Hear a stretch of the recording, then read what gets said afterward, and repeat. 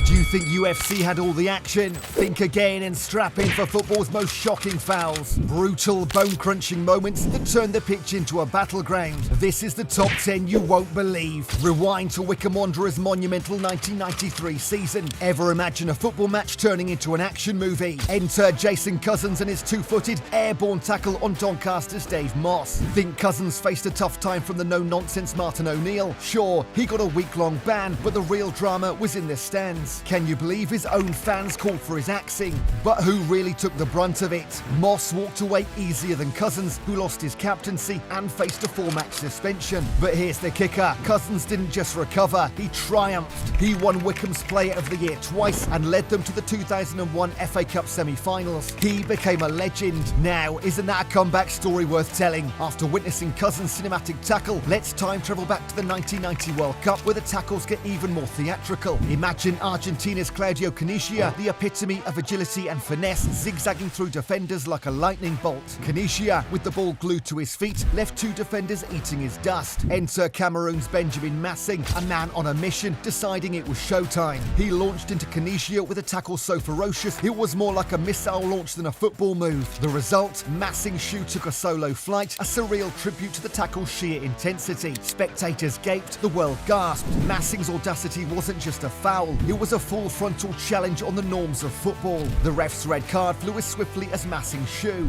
Yet, Massing argued the call as if the whole world hadn't just seen his footwear take off. Seriously, he's lucky he didn't take Caniggia's foot off. From World Cup magic to a Premier League nightmare, we witnessed a tackle that morphed a young star's dream into despair. Imagine Arsenal's shining talent, Aaron Ramsey, charging towards football greatness. But then, Stoke City's Britannia Stadium became the backdrop for a shocking twist. Enter Ryan Shawcross with a tackle that's now a part of Premier League history. This wasn't just any challenge, it was a storm-like lunge that ended with a sound so harrowing, it echoed through the stadium. Tragically broken, sidelining him for 9 agonising months. Was this just bad luck, or a grim reminder of football's harsh reality? Did this injury curb Ramsey's scoring potential? This incident, a blend of agony and caution, highlights the delicate balance of a footballer's career against the game's unforgiving nature. Arsenal's run of misfortune continues with another harrowing episode. Prepare for a moment that shook the Gunners to their core, featuring their then rising star Eduardo. His journey to football fame faced an abrupt, dark turn during a heated clash with Birmingham City. The match buzzed with energy, but everything changed when Martin Taylor stepped up. What began as an ordinary tackle quickly descended into a nightmare. Eduardo, caught in the crossfire, suffered a leg break, casting a chilling silence over the stadium. The shock was palpable, the disbelief widespread. Taylor's instant regret was evident, but the damage was done. This wasn't just an injury, it was a devastating blow to Eduardo's ascending career. His comeback was valiant, yet the incident's shadow loomed large, denying him the chance to fulfill his potential as he slowly faded away. Shifting from heartache to sheer intensity, we delve into a moment more UFC than football. Picture Pedro Mendes, Tottenham's midfield magician, in a scene straight out of a martial arts movie. The antagonist, Manchester City's Ben Thatcher. Mendes, known for his game mastery, was caught off guard by Thatcher's unexpected move. Thatcher's elbow strike, more suited for an octagon than the pitch, floored Mendes, leaving him unconscious. The stadium, struck by the sudden thud, mirrored the collective concern for Mendes. Seriously,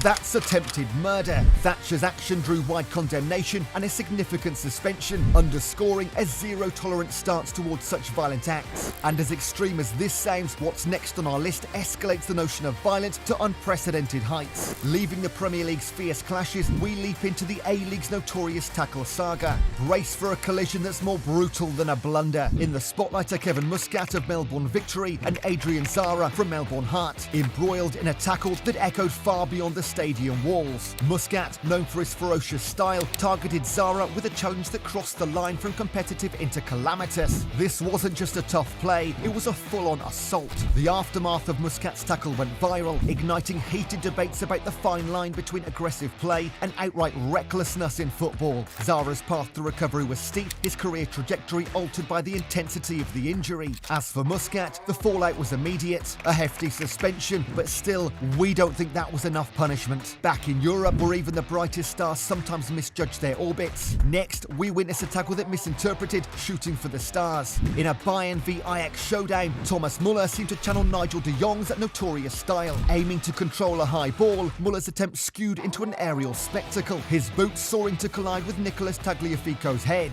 This echoed de Jong's 2010 World Cup final infamy. Muller, in his excess, targeted Tagliafico's head, a move beyond overzealous. The stadium, engulfed in shock, watched Tagliafico crumple to the ground, the weight of the moment palpable. Muller's immediate remorse spoke volumes, but thankfully Tagliafico recovered from that blow. From dramatic leaps to heart-wrenching turns, we encounter a twist that left an indelible mark.